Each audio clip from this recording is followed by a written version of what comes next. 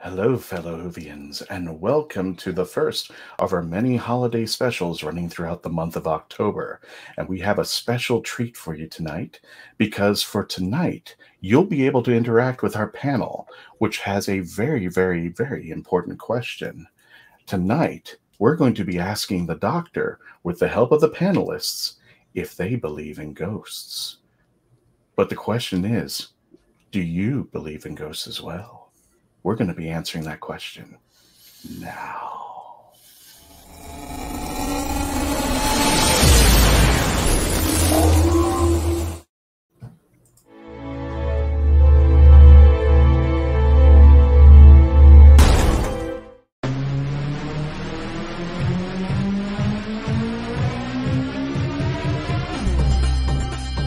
My name is Christian Basil. Years ago, I had an idea.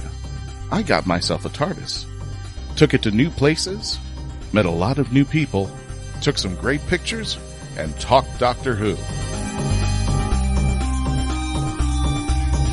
From Krypton Radio and the creators of the Hanging With web show, this is the legend of the traveling TARDIS. Join me on my latest adventures and become part of the legend.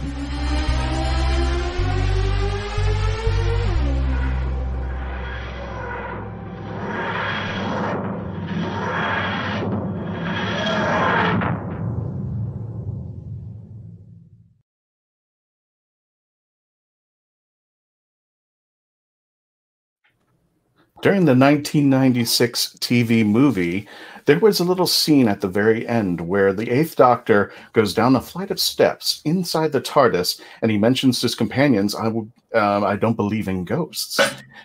Flash forward to Under the Lake with the 12th Doctor, and he says that the aliens in the actual episode might be ghosts.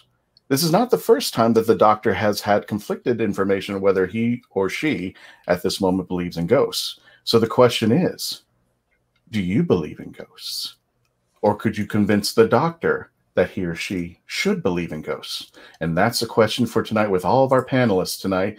A wonderful group of panelists. Let's introduce them. First of all, going to my left. Oh, I got it right for the first time. I pointed left, and I got left there. There is Mr. Brian K. Morris of the Rising Tide production. How you doing there, Brian? Welcome to the show there. You can catch him at the, you do shows Monday, Wednesday, and Fridays.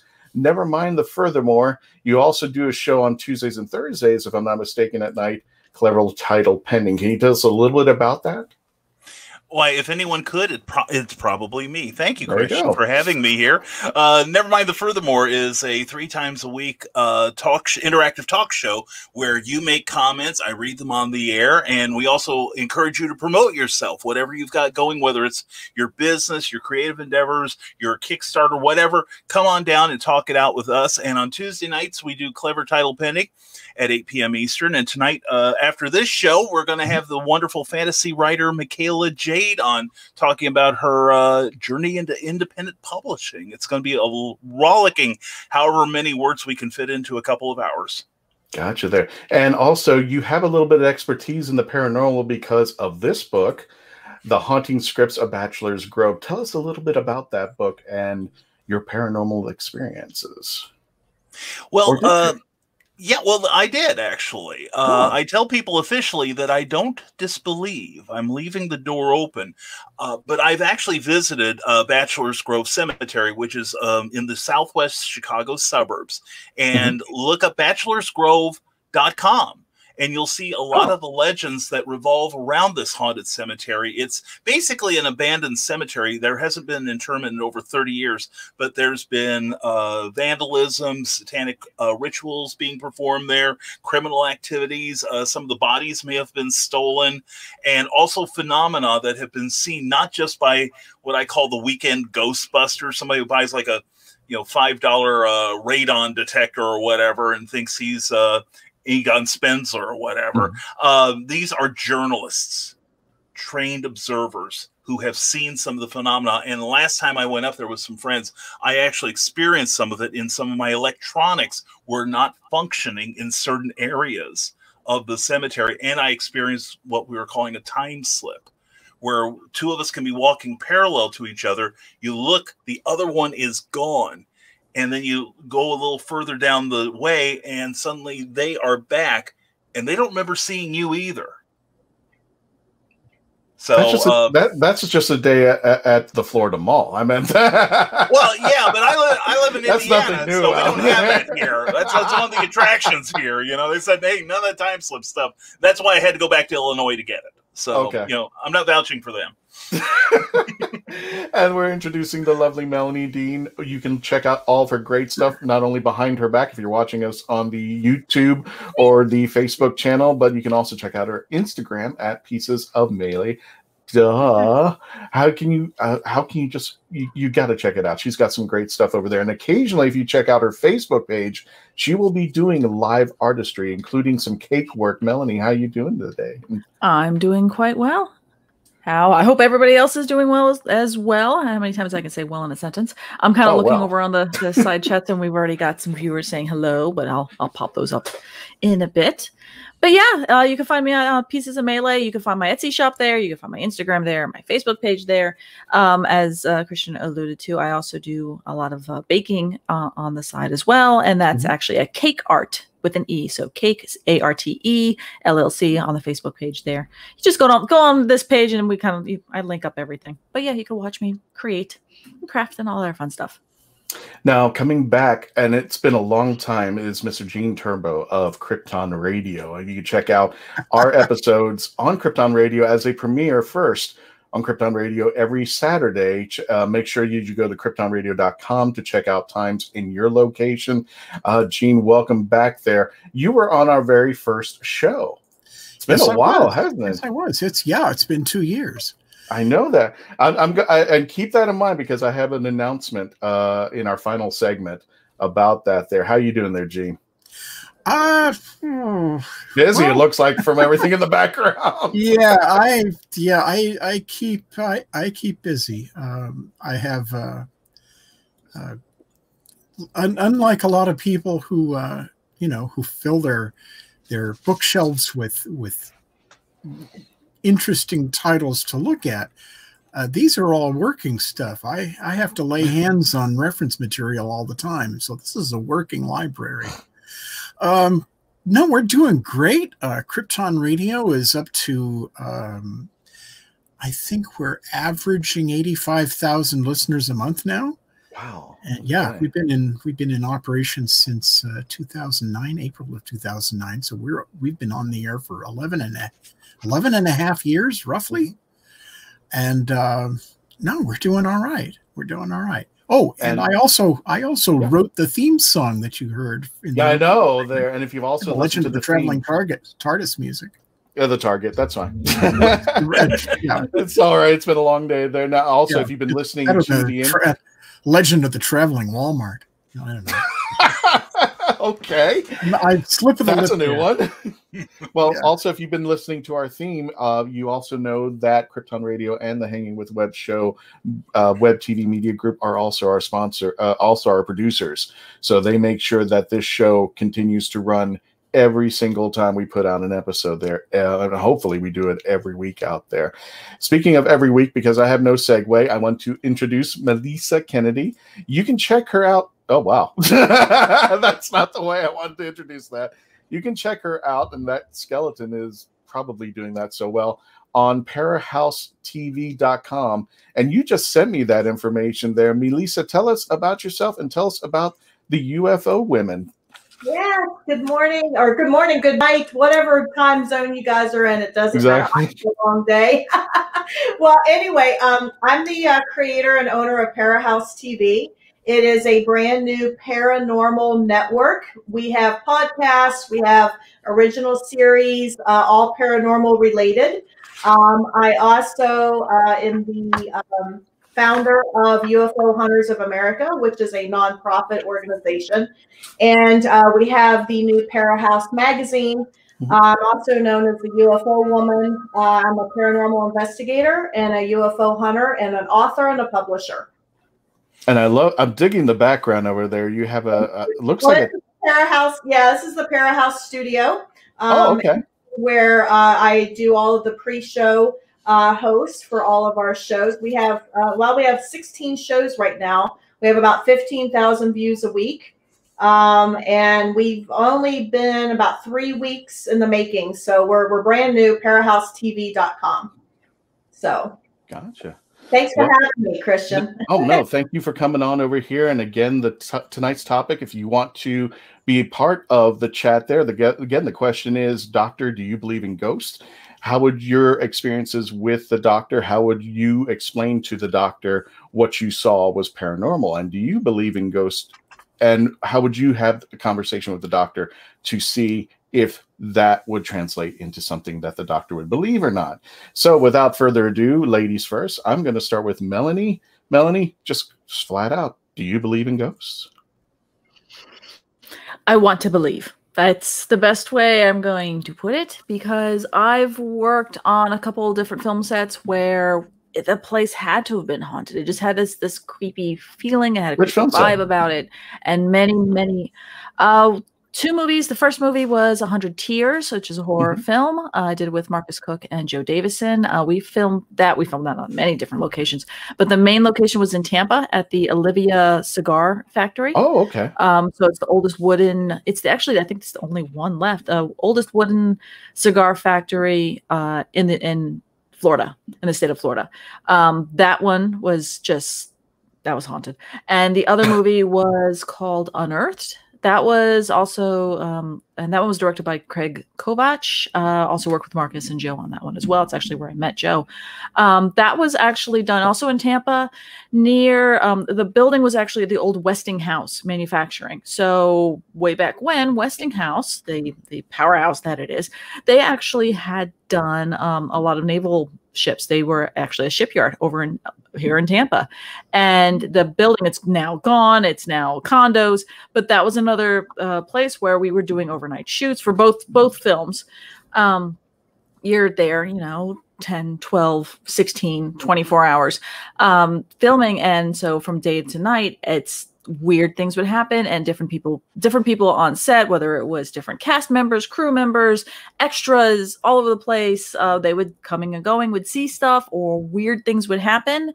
Weirdest thing that would happen for us at the Olivia was that the old non-working elevator would start working and follow us it was 3 stories, and it would just follow us wherever we were. So if we started shooting on the 3rd floor, all of a sudden it would power up and just move to the 3rd floor.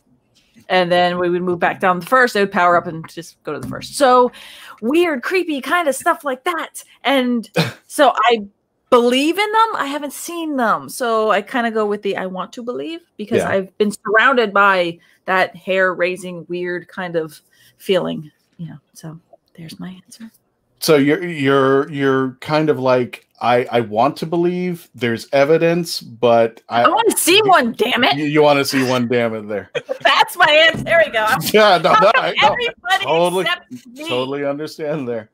Brian K. Morris, I have a question for you. Do you believe in ghosts? When we return to the legend of the traveling TARDIS, when we get back, please continue to stay logged on, tuned in, and Brian will answer that question for you. And please don't forget, oh, hey, Cindy, lurk.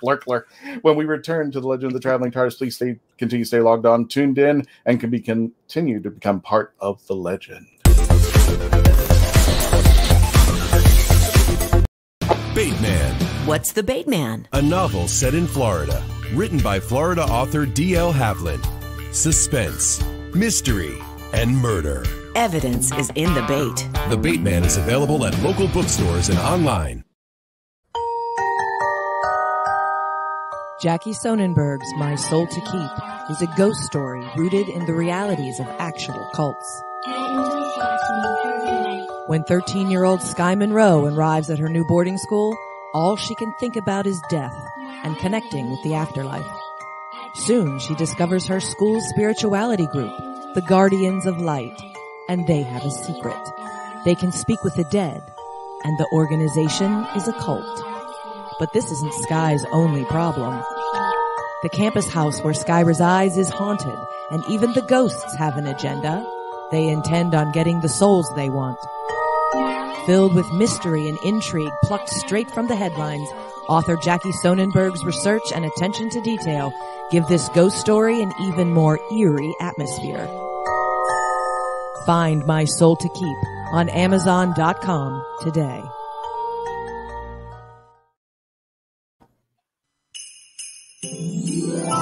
Deborah Parmley's Jenna's Christmas Wish. Santa, if there's one thing I want for Christmas more than anything, it's someone to spend Christmas with. Someone who really wants me to be there. Head to the mountains of East Tennessee with romance author Jenna Hart for a Christmas writer's workshop. Since her mother passed after a long illness, Jenna has had one wish. She doesn't want to spend Christmas alone. Meeting Niccolo Maldini, cover model and actor, could make more than Jenna's Christmas wish come true. Unless Ember, Niccolo's ex-girlfriend, does something crazy to stop them from being together. It's a mountain Christmas romance you won't want to miss in Deborah Parmley's Jenna's Christmas Wish. Now on Amazon.com.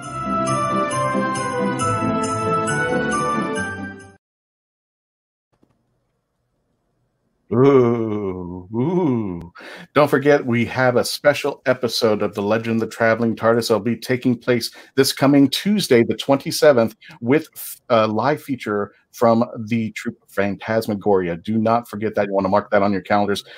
October the 26th. I'm sorry, October the 27th, Tuesday at 6 p.m. Eastern Standard Time. You do want to check that out. By the way, if you're watching this on the live feed, and if you're watching this on Facebook, on the YouTube channel, don't thank us. Thank our friends at geekinsider.com. Don't forget to subscribe and tell them the Legend of Traveling TARDIS sent you.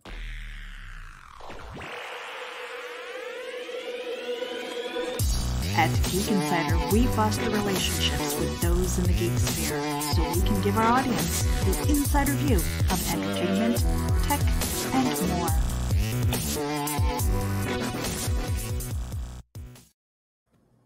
And welcome back to the Legend of the Traveling TARDIS, folks. My name is Christian Basil, and welcome back to our team. The question for this episode is, Doctor, do you believe in ghosts? We were finishing up with Brian K. Morris, and I could have some fun with that there. It's like one of those 70s music videos. Yeah, exactly. Yeah. There. Brian, the question goes to you, sir. Do you believe in ghosts? Well, I'm going to fall back on my my standard answer, and I don't disbelieve. Now, I did about a week and a half ago attend a show, a paranormal show at the Pottstown Elementary School in Middletown, Ohio, and they have a website. I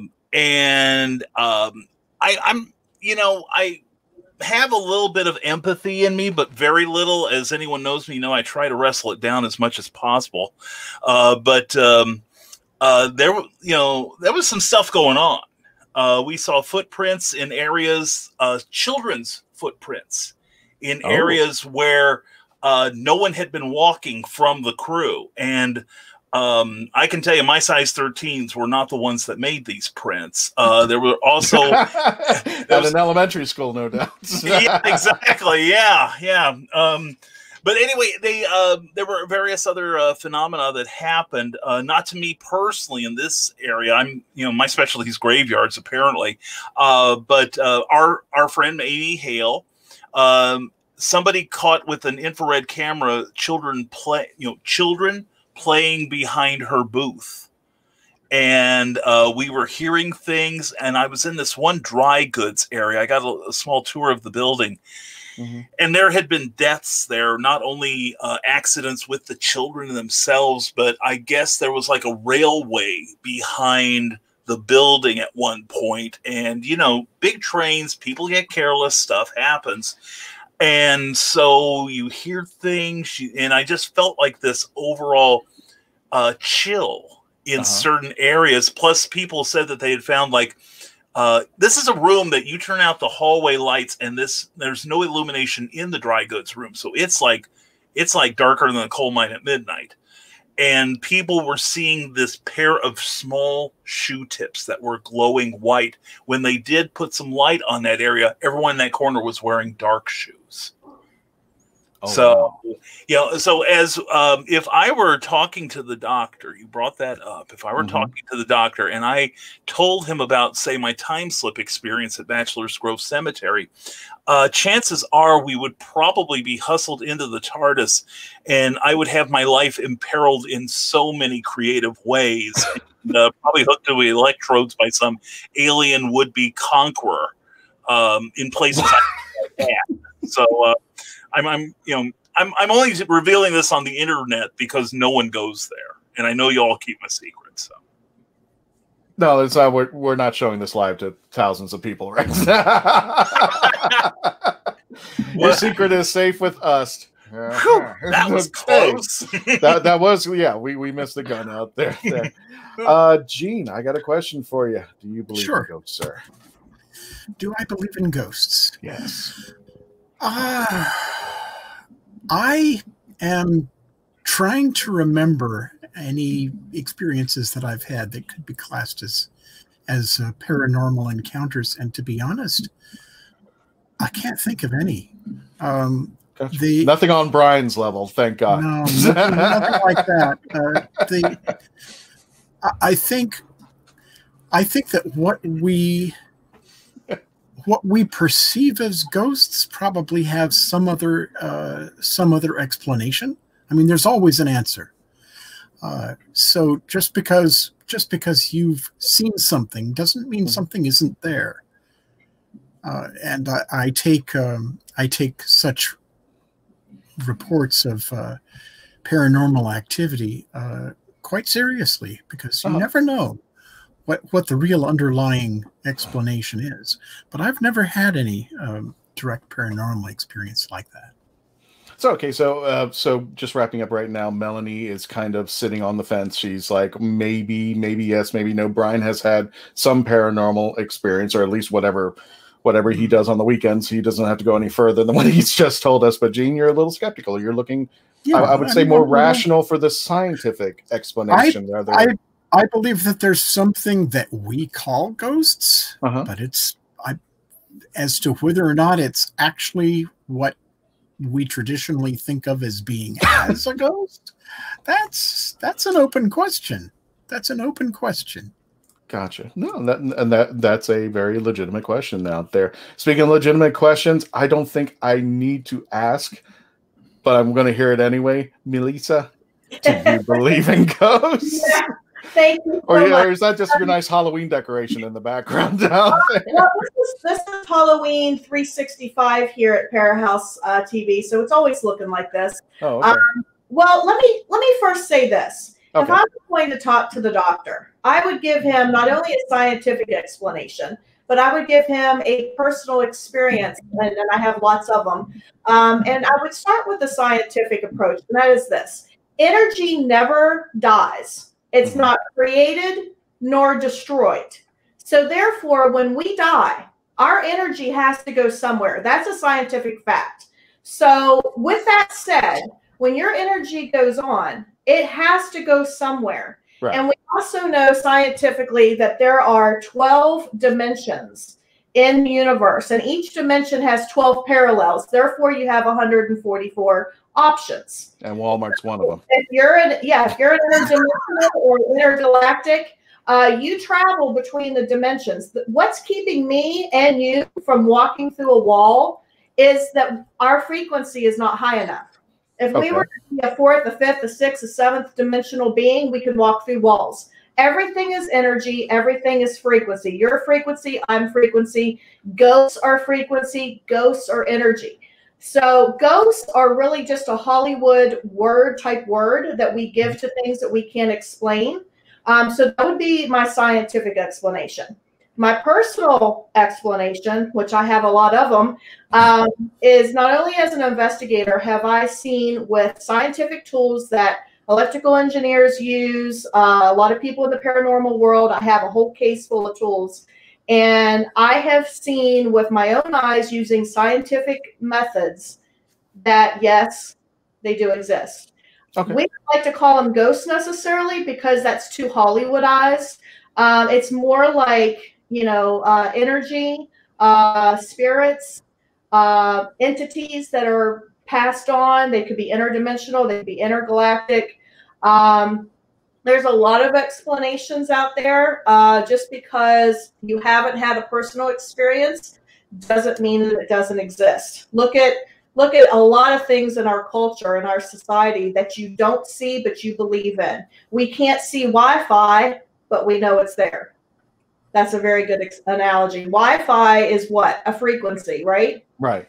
So just because our human eyes can't see it doesn't mean it doesn't exist. Dogs and cats are a perfect example of that because they see things that we don't. Our eyes as humans suck. I'm just going to say that. We don't see anything. We hardly see anything that's around us because our eyes are very limited.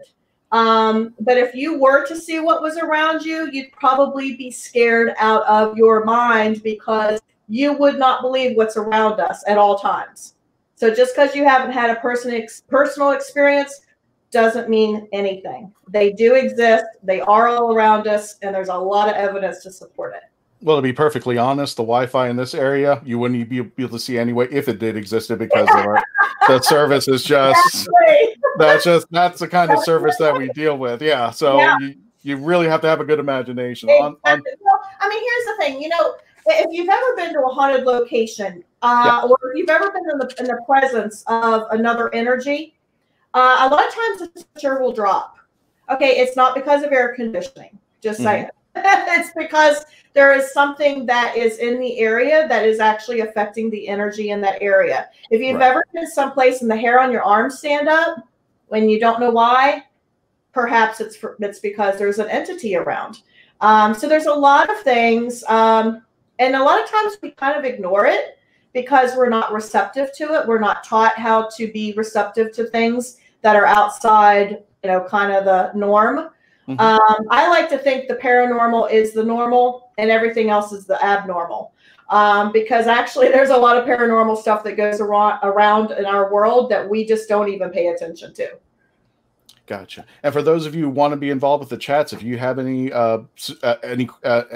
you want to let us know, Geek America Radio, this might explain why the Catholic Church refers to the term Holy Spirit when it was addressed as Holy Ghost. Yes, exactly. Okay. That's a good analogy, actually. There's a lot of evidence. If you got to know where to dig, and you have to sometimes decipher what our culture has kind of manipulated to benefit its own. Because when you do that, you actually start to get more of the correct answers. But like I said, energy, it's all energy. Everything's energy. This is why nothing scares me, because it's all energy. It's either positive or negative.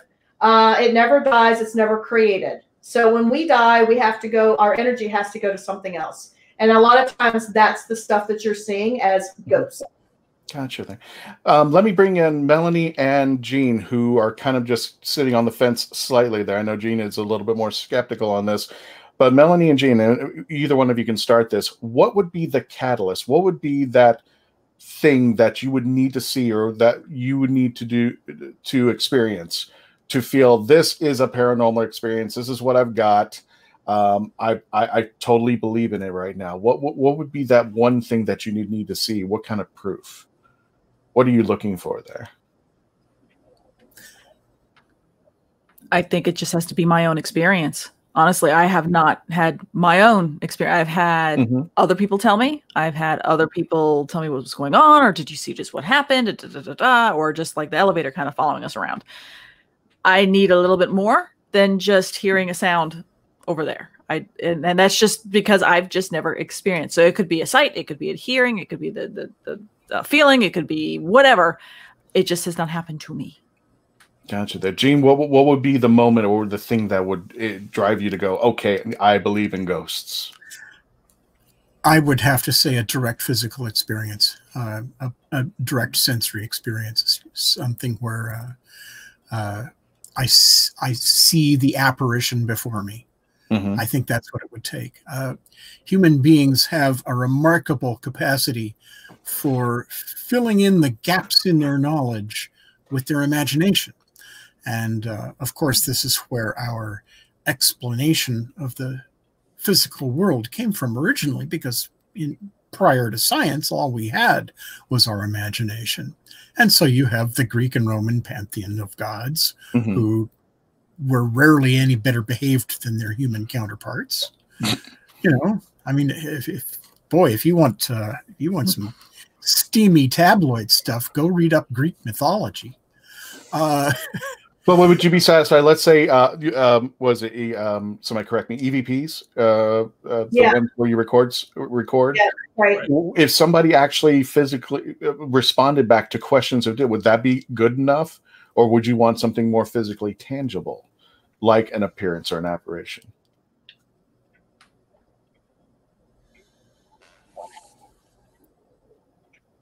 Thanks, Stumpy Gene. For my part, I would say, I would quote Ron Weasley's dad when he tells his son, never trust anything that talks if you can't see where it keeps its brains. Oh, okay. That's a little bit of take there. So yeah, information and physical effects can be manipulated or faked. Heck, I've done it. I used to do practical effects for motion pictures, and the whole idea is to make something happen that should not be possible. Right. So I would need to see. I as a former effects guy, yeah, and an animator, and you know, I've done a lot of stuff. I've created a lot of illusions. I would need to see the real deal. So you would need something that would be no question. This is interaction. This is physical or audio interaction, and I know that this is visible or audio interaction. Well, even audio interaction. You know, even that can be faked. Like a voice that only you can hear, for example. All you need is a parabolic. Is a parabolic reflector speaker. I mean, you know, there are kiosks that you can stand under and you can hear the sound, and it's rich and full, and nobody outside the parabolic dome that you're standing under can hear even a whisper. There are so many ways that you can fabricate that. Right. So I would need to see something remarkable. I would say, you know, in our world, there's a lot of things that we cannot see, but we have our 100% faith in, whether it's, you know, whole religions are based on something that you can't see and it's hearsay. The medical science, you know, are based on things that you can't see. We can't see germs. We can't see any of these things, but yet, you know, we all react in a certain way to certain things, right? Just because you can't see it, touch it, hear it, smell it, taste it, doesn't mean it doesn't exist. Well, I just I'm trying to lean over to see you a little bit. I just think that personally, I'm a frisbeeist. We believe that when you die, your soul goes up in the roof and you can't get it down. By the way, is anybody going to ask me if I believe in ghosts? Hey, Christian, do you believe in ghosts? Absolutely, but I'll answer that question when we return to the Legend of the Traveling TARDIS. Please continue to stay logged on, tune in, and continue to be part of the experience and the legend. Hi, I'm Claudia Christian with some exciting updates in the Sinclair Method world. First of all, we launched our new coaching page. It's yoursinclairmethod.com, so you can go there and book a session with one of our fabulous coaches. You can also reach that page by visiting c3foundation.org. It's at the top of the landing page of the website. The second piece of news is Journeys is out. Woohoo! This book has been a long time in the making, and it is available in Amazon, Barnes & Noble, your local bookstore, and there's a limited amount of signed copies at c3foundation.org. So get your copy of Journeys now and visit the coaching page for some wonderful support. If you're on the Sinclair Method, you can book a session with a variety of different coaches. Take care and be well. Author Cindy Kep is writing on the edge. Books include Remnant in the Stars, The Loudest Actions, Lines of Succession, Mindstorm,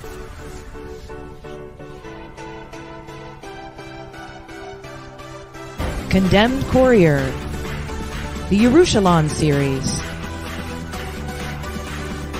and Animal Eye. Find author Cindy Kep at CKOEPP.com today. Experience Samara's adventure as she imagines the people around her change into friendly cartoon animals right before her eyes. Journey with her in this poetic tale, My Cartoon Imagination at School. Alien invaders enslave Earth, unleashing hunters into the ruined wastes. One young survivor struggles to elude their monsters, clinging to hope. When he's stolen off the planet by a sarcastic Starship AI, they pit their uneasy alliance against a treacherous galaxy. Explore a whole new verse of barbarism and betrayal. Wonder and adventure. In the Scion series by Michael J. Allen. Beginning with Book 1, Scion Conquered Earth. Available in print, ebook, and audio on Amazon.com. I thought this was a cute little bit of trivia here. This is Emmy Award and I believe Oscar Award winning composer John Debney. Now, John Debney in 1993 actually was the composer for the movie Hocus Pocus, the Disney film starring Bette Midler, Daryl Hannah.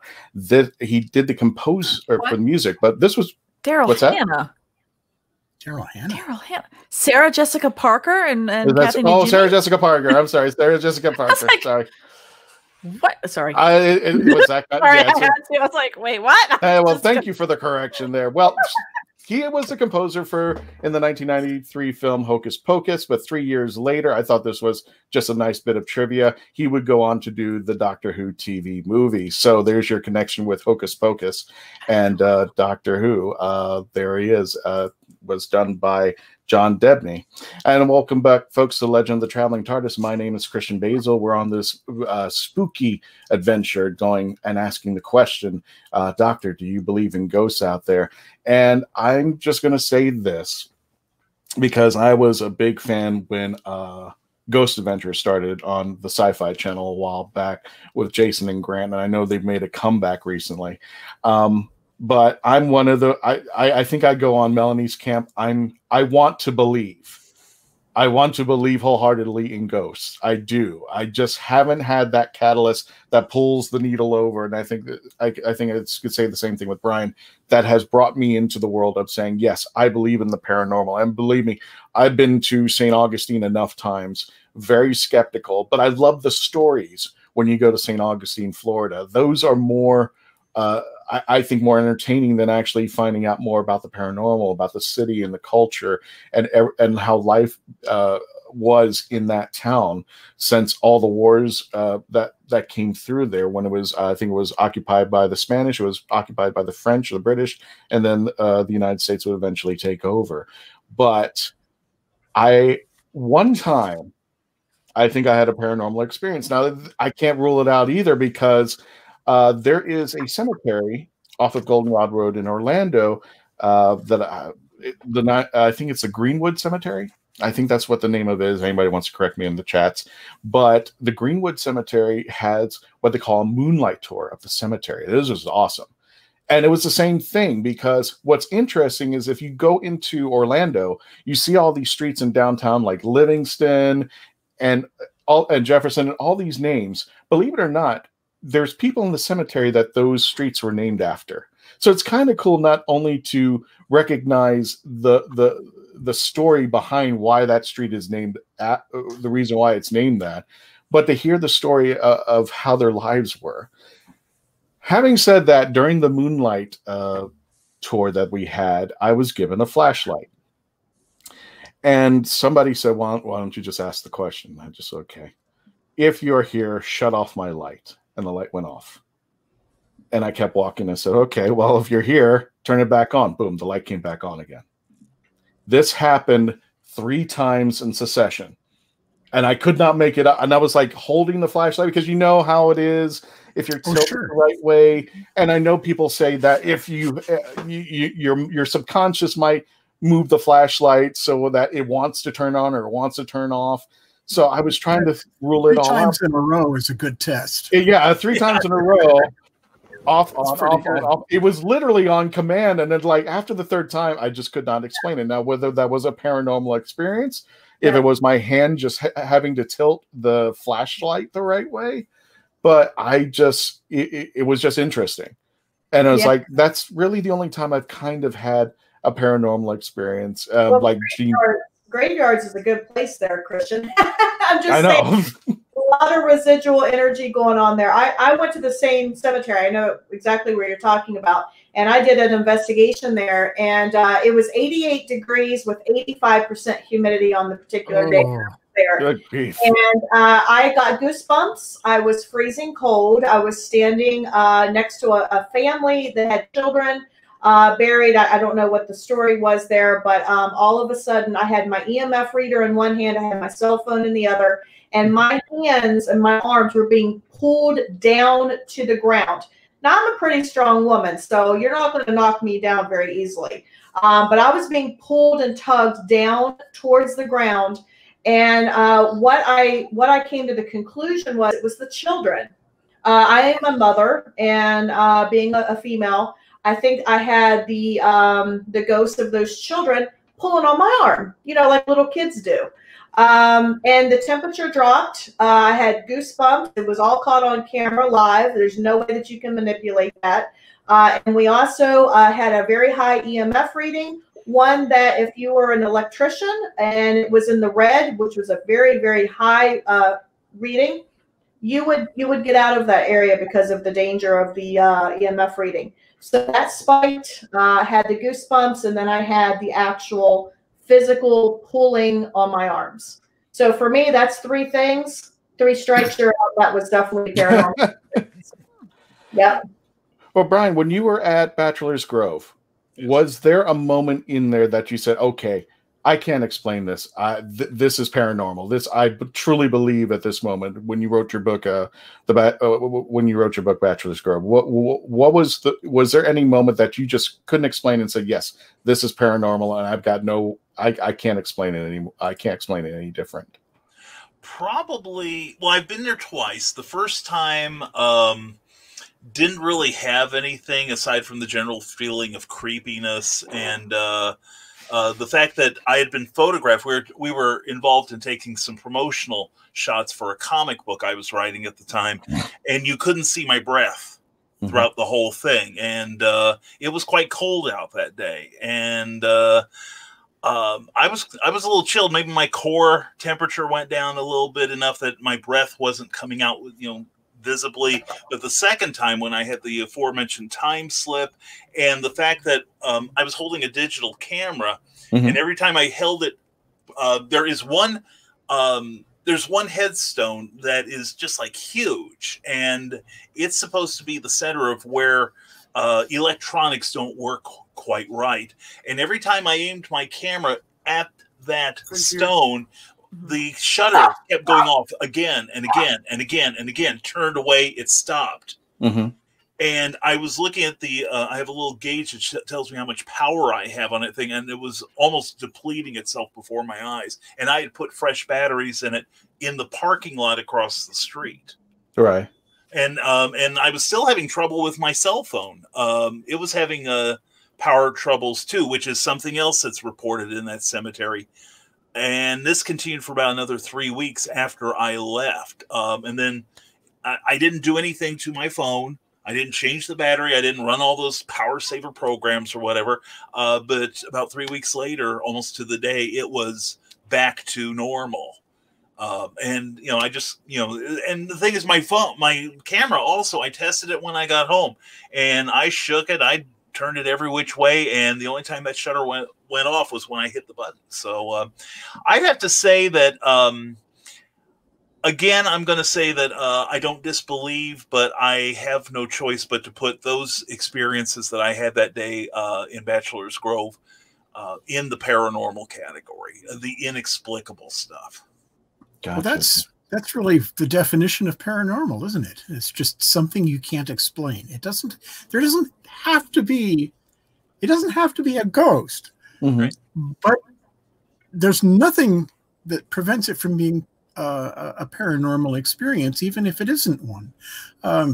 Just in the same way that a UFO doesn't necessarily mean aliens from space.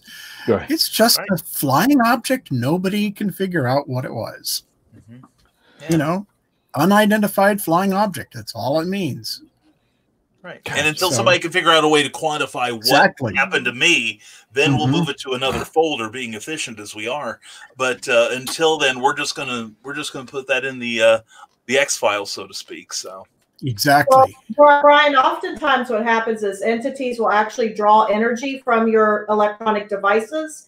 That's how they actually gain their strength, is by drawing energy from an electronic device. So oftentimes, those of us that are paranormal investigators, when we go out, we'll have a fully charged 100% camera or a cell phone, and it'll drain like that.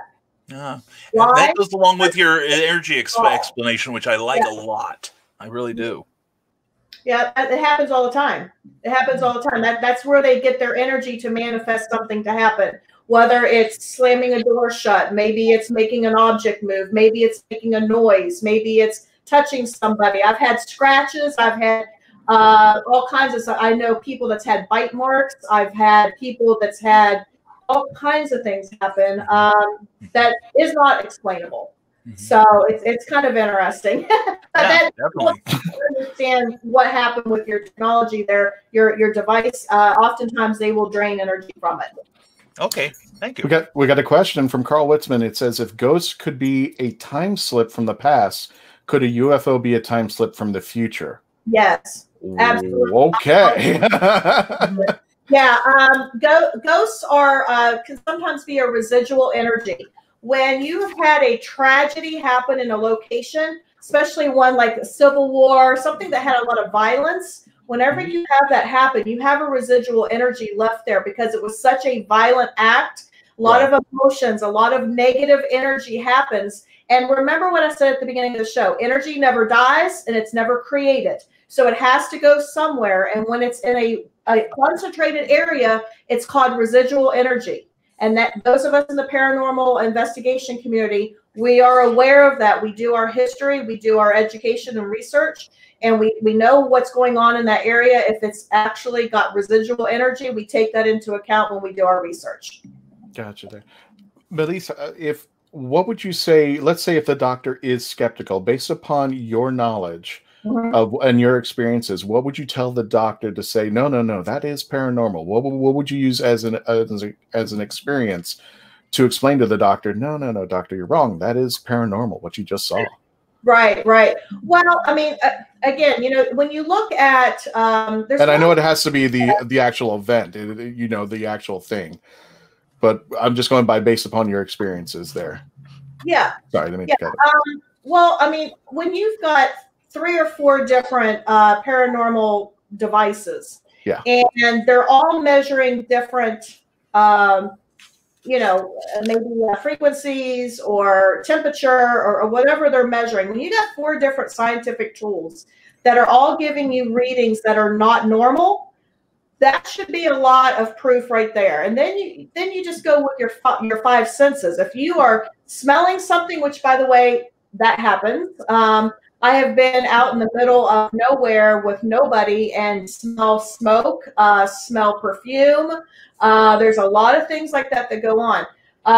That's normally happening at Brian's house most of the time. So it's Friday, okay? Yeah, there's a lot of things that go into it. But I mean, if I were talking to the doctor, I would give that kind of proof to him, and say, okay, well then, how do you explain this, and this reading if it's not paranormal? What other explanation is there? What's going to make a temperature suddenly drop if there's no wind current, no air conditioning? What's going to make that happen and only happen for 2 minutes? Or what's going to make the frequency in that room skyrocket? Or what's going to happen? I mean, there's so many measurable devices that can actually take an activity and make it scientific, if you want to look at it that way. Gotcha. Carl Witzman continues, quantum physics wrecks our entire view of the solid universe. Dang it. That is true. Quantum physics, essentially, the fundamental, one of the fundamental concepts is that at the quantum level, atomic particles are made of quarks, and the definition of a quark is a motion, a specific motion, but a motion of nothing. So essentially, it's what they're saying is that a quark is a synchronized ripple in the fabric of space-time. Like ketchup. So no. How to get the ketchup to go down the bottle, maybe. Never comes out. Shake and shake the ketchup bottle. None'll come and then a lot'll. Ogden Nash. But the idea is that not only are our physical forms expressions, can our physical forms be expressed as waves of a particular complex frequency or collection of frequencies, they can also be defined at the quantum level. Our thought processes happen actually multidimensionally, not just three-dimensionally in chemomechanical processes, but multidimensionally as well, using aspects of quantum physics that nobody quite understands yet. So when we leave this world, what happens to that energy? Well, it does go somewhere. Where it goes, I don't know. Does it retain its pattern? I don't know. Maybe. Well, I love quantum physics. I'm certainly have an open mind. It's possible. Well, hang on a second, Melissa, because my brain has turned into ketchup and I got to pay some bills. So when we return, we're going to wrap up our discussion. That energy's going to a commercial. He's going to commercial. Absolutely. Doctor, do you believe in ghosts? When we return, please continue to stay logged on, tuned in, and become part of the legend. Here we go. You have more options than ever before when choosing a film, a television or internet series, a book to curl up with, or even a radio show or podcast. Get to know the people who are creating for you. The Hangin' With Web Show, hosted by award-winning author and journalist G.W. Pomacher, is the internet's fastest-growing web talk show series. The Hangin' With Web Show features professional, yet casual, in-depth interviews with creative arts and entertainment pros. Meet the people behind a digital revolution in creating more quality content than ever before in the history of media. Find the Hangin' With Web Show on YouTube, Facebook, or Twitter, or simply go to www.hanginwithshow.com. That's www.hanginwithshow.com.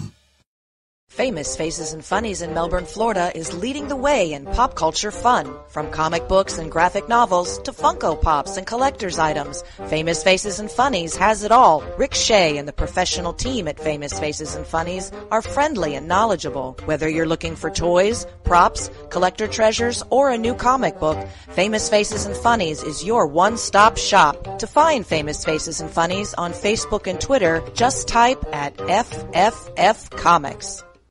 Meet the Doctor. I'm the Doctor. But not the one you were expecting. All right, sexy. It's time to go home. Doctor Who Velocity. Streaming now. This is the Legend of the Traveling TARDIS. Follow us on Facebook, Twitter, and Instagram. Subscribe to us wherever you listen to your favorite podcast. Also catch us on the HWWS Web TV YouTube channel. Subscribe today and become part of the legend. And we saved the best commercial for the last because I just want to make an announcement to everybody. First of all, this is a big thank you to everybody. And what I mean by this, thank you everyone. Today marks the 2nd year that the Legend of the Traveling TARDIS has been in existence. Our first debut That's why I was talking about, Gene. Our first episode took place October the 6th, 2018, and we did a 30-minute episode for Krypton Radio when we all started back then. And Gene wrote to me and goes, "Can you make that an hour-long show after that episode?" And from there, it's just been a long history. So today was Saturday, back then 2 years ago on October the 6th, and it was the day before Jodie Whittaker would premiere, and our show was a premiere episode. And I believe, Melanie, were you there? Or you came in like second, third episode, right? I think I might have come in on the third. I can't remember. I need to go back and check, because I do know it was a 30-minute episode followed by, I think, a 40-minute episode, and then we went to an hour. We just essentially gone up, and now what you see is what you get here, what we've done on Facebook, on the YouTube, and then slowly, if you haven't heard the story that I've always been telling, Garrett gives me a call from the Hanging with Web show. It was the best Christmas gift ever. He goes, "You're now part of iHeartRadio." And the following month, I get a call from Garrett, says, "By the way, you're on radio.com, cbsradio.com. So wherever you listen to your favorite podcasts, we're everywhere. Thank you so much for being with us." And not only that, but to make our second year very special, we are very much closing in, and we've been saying this practically every episode. We're closing in on 40,000 subscribers on our Facebook page. And as of right now, October 6, 2020, we have 38,570 people subscribed to our Facebook page.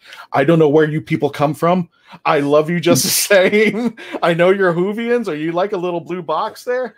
But about 8 years ago, this little blue box started the travels. 2 years ago, the podcast came out. And now I want to thank you all for becoming part of the legend. I want to thank all of our wonderful panel here. I can't thank you enough. Thank Jessica, Melanie, who has been my biggest support. I can't do the show without her. The Hanging With team. Melanie does a great job. I would be going completely nuts on this show. She really has been a great support. Jessica, the Hanging With web show people, Nico, Kevo, Misha, Mackenzie, Brian Buress, Mark Muncie. Speaking of Halloween, Mark Muncie, Brian Buress, and if guys are forgetting your name, I just don't have my list with me. But I mean, there's just a team of people who just help us out every single week of every single convention, and it's been an immense challenge since 2020 when we've had to go online. Unfortunately, the virus we don't speak about hit us. But Joe McHale says 40,000 by October 31st. Okay. Still saying it. Okay, I know, and I know Meredith I know Meredith. Whoa, his mic cut out. I don't think he knows. Your mic went out, buddy. I'm Christian Basil, and I'm really grateful. So Meredith. Did that work? There we go. That's better. Okay, yeah. I'm excited. Your mic cut off. I got so excited, and the ghost. It was exactly. But I want to wrap up and say I want to thank everybody who's listened, who's been there since day one of the Legend of the Traveling TARDIS, all the way back when it started 8 years ago. To everybody who's been listening to the podcast or watching the podcast now, we want to thank you all, and that's no ghost lie there. We want to thank everybody there. And I want to wrap up and give everybody a chance over here. We're about to wrap up the show, but I want to make sure we get everybody on this panel. Definitely check out us on Krypton Radio, 24-hour geek music, geek podcasts, beautiful stuff. And we can't do the work without Gene and Susan and all the terrific staff over there at Krypton Radio. We want to thank Gene so much for being a part of the legend, making us part of the legend out there. Brian, I only have the one picture. I apologize. I only have the Rising Tide picture there. But tell everybody about the Haunting Scripts Bachelor's Grove and where they can get it. There you go. Oh, there it is, the Rising Tide there. And this is analog. We don't do digital. Anyway, you can always rely on analog people. There you go. But Christian, thank you for having me on here. It is a blessing and an honor to be here on this momentous occasion, dude. I wasn't aware of it, but thank you very much. But loath as I am to talk about myself, Rising Tide Publications, where we publish books and comics, including sold in 6 different countries, Santa Stein, the post-holiday Prometheus, and the Haunting Scripts of Bachelor's Grove, plus adventure books like Skyman, the original Skyman, Battlesmaster Team, and Volcano, Rebirth of the Champion, and more. Power strip. He's got plugs coming out of everywhere. more like getting the hook out. But yeah, anyway, exactly. Monday, Wednesday, and Friday, we do live broadcasts on YouTube and Facebook called Nevermind the Furthermore, interactive talk show. Why there? Thank you very much. It's a fun 2 hours. It'll get your week going. And we also do a show on Tuesday nights at 8 p.m. called Clever Title Pending, where we talk about creativity and the business behind it. Thank you. And tonight we are going to have Michaela Jade, and keep watching us every Tuesday. We're also on iHeartRadio, Amazon Music, and Spotify. I just found out about that recently. Did you say the YouTube? You said the YouTube channel, right? Subscribe to Brian K. Morse on the YouTube channel. Please do. We can use your support because we have algorithms to battle. And last but not least, the lovely, lovely, lovely Gene Turbo. No, I'm kidding. Melissa Kennedy. Please tell us where everybody can subscribe and check you out there. Speaking of checking you out, that picture still disturbs me whatsoever. Well, I appreciate your time and having me on your show, Christian. As always, it's a blessing to have me be a part of this show. I'm always really grateful for that. Check out ParaHouseTV.com. We are the brand new paranormal network. We have podcasts, we have shows. In fact, we just had A&E's Ghost Hunters on our network. We have shows 7 nights a week. We also have a magazine coming out. We are doing all kinds of exciting things. So if paranormal is your thing, you definitely want to check out ParaHouseTV.com. And see what we're all about, because we're doing things a lot differently. So if you're into UFOs, cryptids, ghosts, any of that kind of stuff, ParaHouseTV.com. And make sure you don't get Sarah Jessica Parker up with Daryl Hannah like I did earlier today there. Melanie, just tell everybody where they can find you on Instagram. At Pieces at Melee, just plug that in there. You can find me there. I'm currently working on a new series of scientists right now for portraits because, well, they're portrait artists. And now that Christmas is coming around, I'm starting to sneaking in some more commissions, like mostly pets. So that's starting to happen. And you'll probably be seeing that if you watch on Facebook, on StreamYard, using this little platform here. You'll see me live paint. So there you go. And again, everybody, thank you for listening and becoming part of the legend. Please stay safe out there. And actually, you know what? I'm going to let Brian end the show the way he normally ends his show, because I like the way he ends the show there. So, Brian, go for it. Take in the last word and become part of the legend.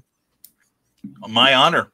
All right, everybody out there, thank you for being here on Legend of the Traveling TARDIS. And as always, stay smart, stay safe, and never apologize for being awesome. Have a great evening, everyone.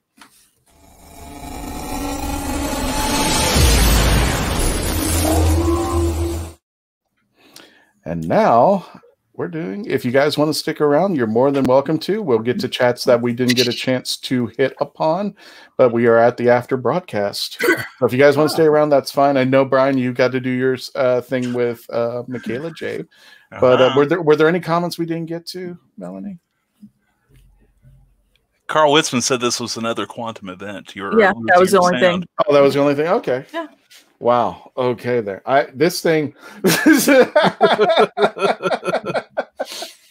I did this for the little arrangement there. Yeah. I did this for the Halloween Horror Night episode that they had for Fan Expo, and I just got it together. But it was just like, I need a table or something because I keep kicking with my foot there.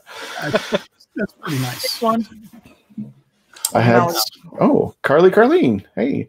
I've had several connections with one of my ancestors, both seeing and hearing. Okay. Which ancestors, Carly? It may take a minute to get a response. Yes. Yeah, that's fine. That's fine. As much time as there. Melissa, I felt so bad about UFO Con. I really do. Are you going to try? Are you going to do anything like an online version of it? Because I was hoping that you would join that club there. Well, we're checking into some options. We're looking at 2021 doing another UFO con.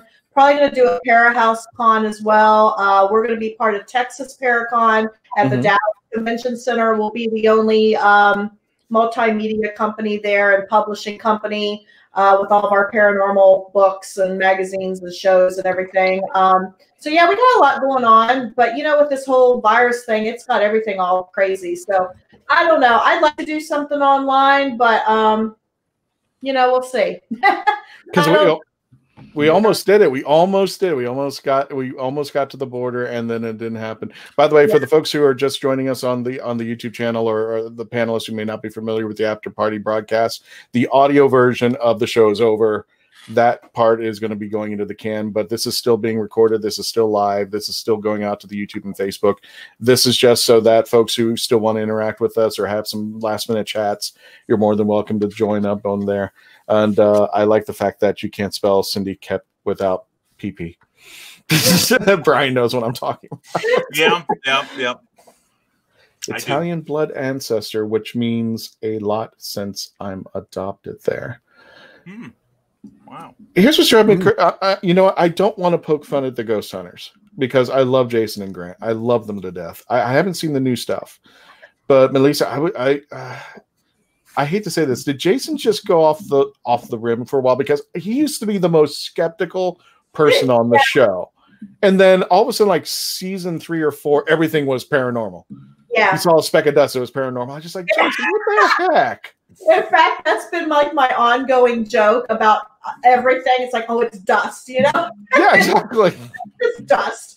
And, you know, to be honest with you, 9 times out of 10, it is something like that. It really is. It's totally debunkable. But, you know, it's the other 1 to 10% that we get really excited about. And that goes for UFOs, paranormal. It doesn't matter. It's that 1 to 10% that we can't explain that we concentrate on and gets us really excited. So I don't know what's going on with him. You know, who knows? I don't know. I don't know. So I'm not the only one who believes that, right? I'm just like, yeah, maybe he's just having a bad year. I don't know. I'm just like, this is paranormal. He's the one. He's the one. Yeah, exactly. He's the one there.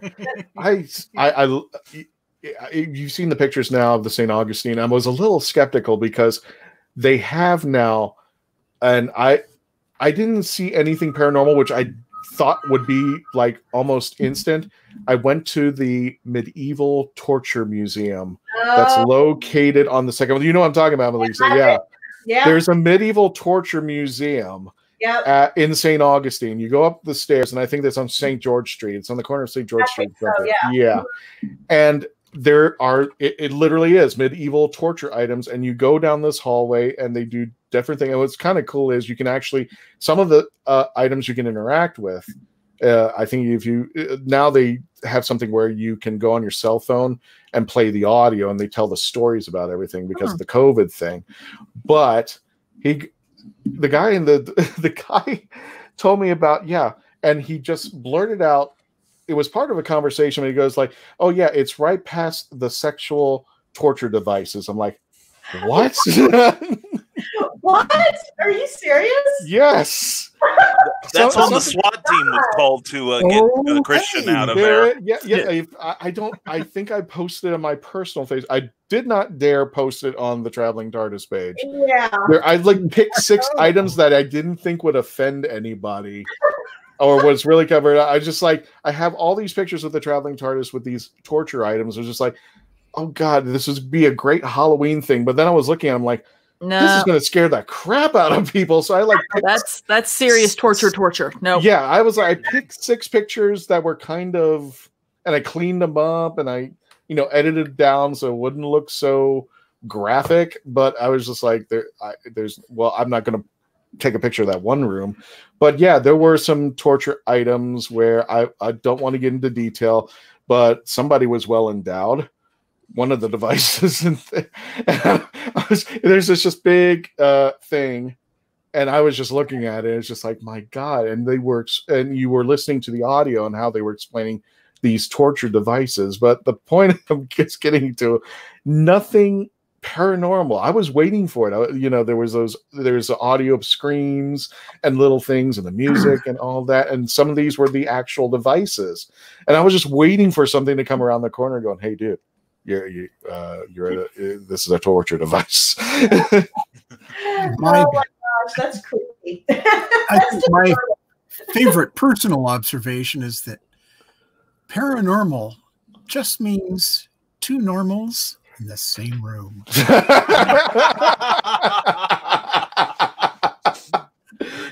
There was nothing normal about the back room. No, it doesn't sound like it. It sounds like, I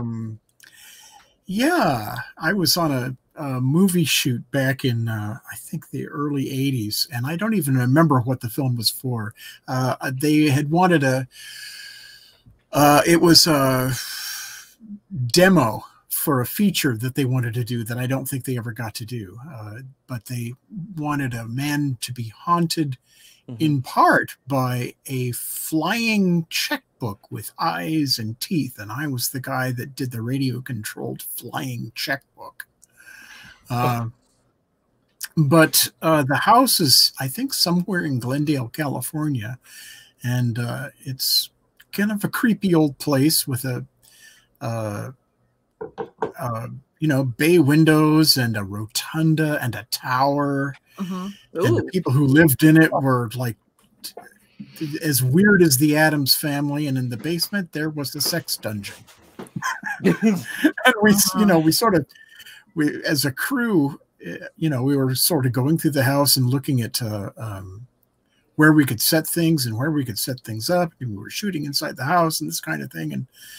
And we found that room, and the owner of the place said, yeah, you can use your imagination as to what goes on in here. And I said, whatever you can imagine probably happens. Well, they were bored. They didn't have Wi-Fi back then, so they were bored out of their mind. So, hey, let's come up with something creative. I wish I knew where that house was, because I didn't drive myself there, so I don't remember where it was. But it was the neat house. It just, the real life incarnation of the Addams Family, just living there, and I'm sure that place has some stories to tell. People now are going onto Google Maps and just canvas Glendale. And just go, okay, they probably are. We can do this. I have no idea. You never guessed that the place had that in it from the outside. But it's a beautiful house, just wonderful place. They just happen to have this sex dungeon in the basement. Oh, Melanie, I forgot to tell you about this. So the last time I was at St. Augustine, Christy and I were freaked out, totally freaked out. Where? We were staying at a hotel, and it's one of those hotels that somehow they. No. This is St. Augustine. I know. And, on the road. Sorry. It was. It was in town. It was in. So it's not like on St. George Street when the B&B's there. You were probably just a couple blocks away. Okay, a couple of blocks away. I think the Southern Oaks. I don't know if you're familiar with the area, but the Southern Oaks Inn. There used to be this hotel called the Jaybird Inn. It's changed names now, but it's in that area.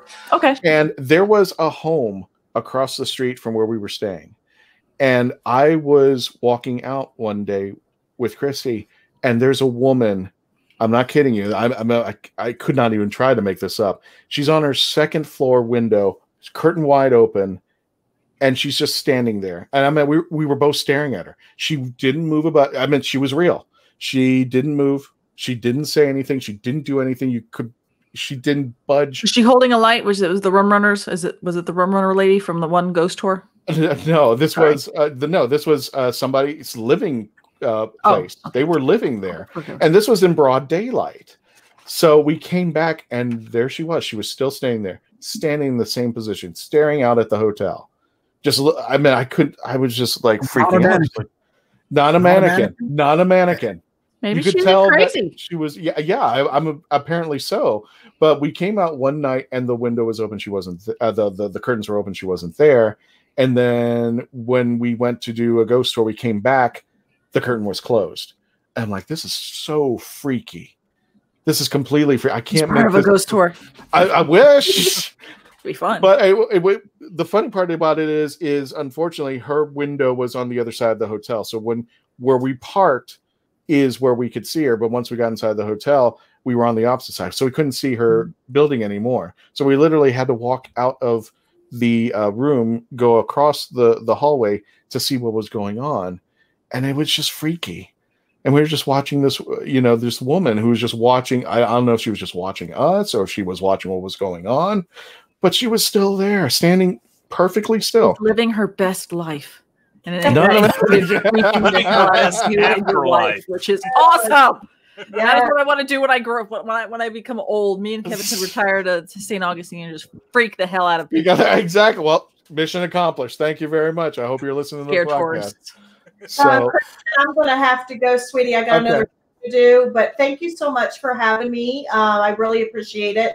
And I would just like to say to all your listeners that, in our world, we have a lot of things that we can't see, can't touch, but they are there, and we have faith that they're there.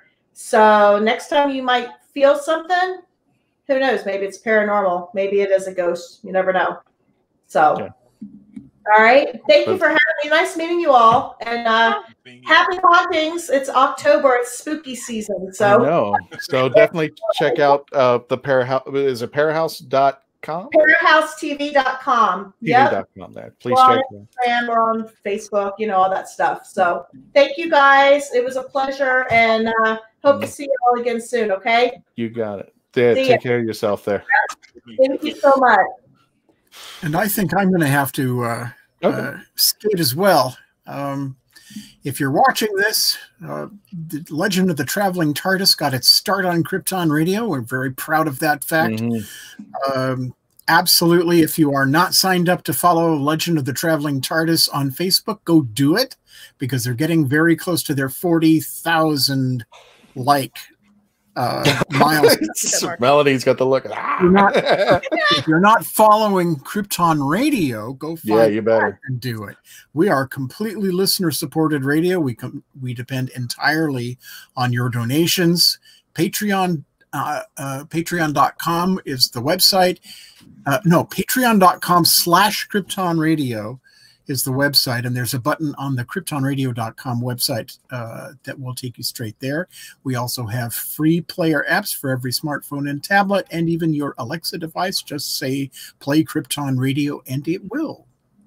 Exactly. And if you're somebody who just loves listening to geek, I've met there've been times I get on a long drive, pull up the app, and you're listening to Harry Potter, or you're listening to Star Wars or Star Trek or even Doctor Who. There's music playing all the time, and it's always geek music, and it's always fun music. It's always some cool stuff. And I've seen some what is it called? Filk? Is that what Filk music? Yes. Yeah. Filk music. And we're the only full-time streaming radio station that plays that. Well, no, there's one other. I think it's the Fump.com. Fump Radio. They have it. But we're the only other station on Earth that plays it besides them. Very cool. Yeah. And their radio station's on 24/7. So no matter where you're listening, when you're listening, there's always music or one of our podcasts playing. So definitely please check out radio shows, podcasts, old-time radio serials. It's all there. Yeah, it's a radio station you've probably been waiting for all your life. Exactly. And nobody knows about it. So we're letting you know now. Anyway, don't tell that to Daryl Hannah. Thank you for inviting me. I had a great time. No, thank you, thank you, Gene, and thank you for 2 years, and to many more coming. Take care, brother. You too. Oh God, we're left with Brian. Yes, that presence you feel at the foot of the bed, it may not be a ghost. It could be me with my cell phone. Oh my God, vibrating. Yeah, yeah, you're on 5 days a week doing something now, aren't you? Pretty much. And then I do guest shots and virtual conventions. Now I am doing something right now. I've started pre-recording some of my convention appearances. Smart. Yeah. Smart. How long did it take me to figure this out? We need you really have to go live here. Yeah. But it makes a lot of sense. And especially since somehow I booked myself for 2 virtual cons in one day, so they both can have me. God. I mean, that makes sense. We need to do that. There's so much virtual cons right now that everyone's wanting content and they're asking the content creators, hey, can you do it? And right now, I mean, with so much, you kind of need to pre-record. Yeah, and it makes a lot of sense because to get really business-like about it, it's a lot of virtual cons have not figured out how to monetize it for their guests yet. No. And the thing is, it's not like, and you guys know this from running your show, that it's not, except for Christian tonight, you just don't like plop your butt behind the seat and launch the show. There's prep time, even if it's just psyching yourself up, getting all your ducks in a row just to be on the air. And then thinking about it as the day goes on, and all the prep, and then usually then we have a follow-up show like this, which I love, but it takes time away from other things. The creation that if you want to get mercenary about it, makes the money. So doing this pre-recorded thing is going to work for me, because fortunately I work with some really cool people who are delighted to have it. Thank you. And thank you. Bring Cookie home. Thank you so much. If you don't know what that is, go to Brian K. Moore's, subscribe, and he'll explain to you. And you can watch the show with me every Monday, Wednesday, and Friday, or his Clever Hotel Pending on Tuesdays and Thursdays. There we go. But you'll understand what that means. And I wanted to do that for Brian. But oh my God, we're doing Saturday. We're doing New York Comic-Con and HarleyCon together the same day. That's great. So so the topic is, I'll let this out because if anybody wants to join us, when we do the live feed at HarleyCon, the question is, what horror monster would you like to the Doctor to fight? So the Wolfman, the Mummy, Jason Voorhees, Michael Myers, they're all game. And you have to tell us a little bit about how that would go down as far as the story is. What Freddy? Freddie. Freddie. Don't tell them. Don't tell them. Save it for Saturday. Not saying anything else. I'm thinking Freddie. So that's all you get. That's going to be Saturday, I think at 1:00 Eastern Standard Time, if I'm not mistaken. We're finalizing everything with HarleyCon. So. Oh, excellent. That sounds cool. I may try to be there for that, because I've got I'm helping a friend with a book reveal on Saturday morning. Kathy Jackson is revealing her brand new book, Written on My Heart, and she has foolishly given me a half hour to do whatever I want. So that can't end well. That can't end well. Yeah, it's going to be a lot of fun, and I love Kathy because we do a lot of shows together here in the Midwest, and she is the author of the very first romance book I could finish. I have tried reading romance just to see if I could do it, and I've read snippets of some of them very well mannered, some of them not at all mannered. And then I read hers, and it's an inspirational book too, so there's a very strong Christian theme to it, but I really enjoyed it. And then she wrote one called Jericho's Walls about two very broken people finding each other, and trying to get down the walls and everything. And there's one, and I know Kathy, she is one of the sweetest ladies alive. She's got a little spice to her, though. And I'm reading along in there, and at one point, the protagonist and the two protagonists, let us say, they're going to get together before the book is over. It's just inevitable. How they get there is the thrill.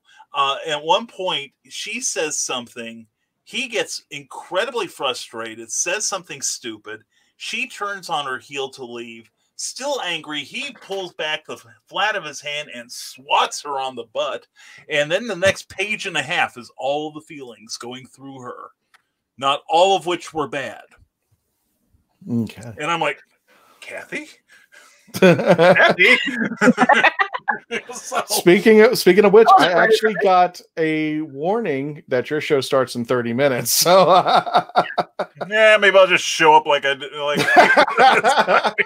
seems to work. You need to show up. I just like everybody going like, you need prep time, and it's just like I tried to get in 15 minutes early. 3 minutes. Shows up 3 minutes early before. And you're like, No, because I was going from work to show run, And the thing is that whatever's happening was kerfuffling my computer. Yeah. So I got that blue spiral as I'm clicking on the StreamYard, and it's just like, oh, did you want to do a show today?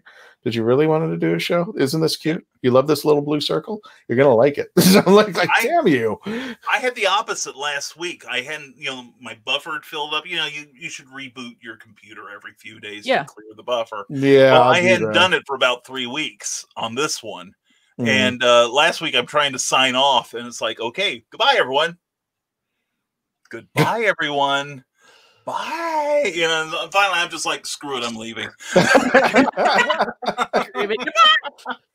Oh, it'll all come out. I keep telling everybody my show is just one big blooper reel. So my whole experience. Leave now, unfortunately. I'm gonna go too, but I should too. But thanks for having me, guys. No, thank you for coming on. My whole purpose of never mind the furthermore when I'm on, it's just me and a handful of people try to see if we can get Brian to blush as hard as possible from what we type on there. It's not that I blush, but I try to keep things PG-13, not always successfully. And I'm not always saying it's the audience's fault either. So, Odell, good to see you, brother. Oh no, it's your fault. It's our fault. It's our fault. We try. It's hashtag. It's Brian's fault. It's always Brian's fault. Bye, guys. Home. Bye, guys. Thank you so much. Thank you, guys. Take care, brother. Talk to you soon, brother. All right. That's it. That end broadcast.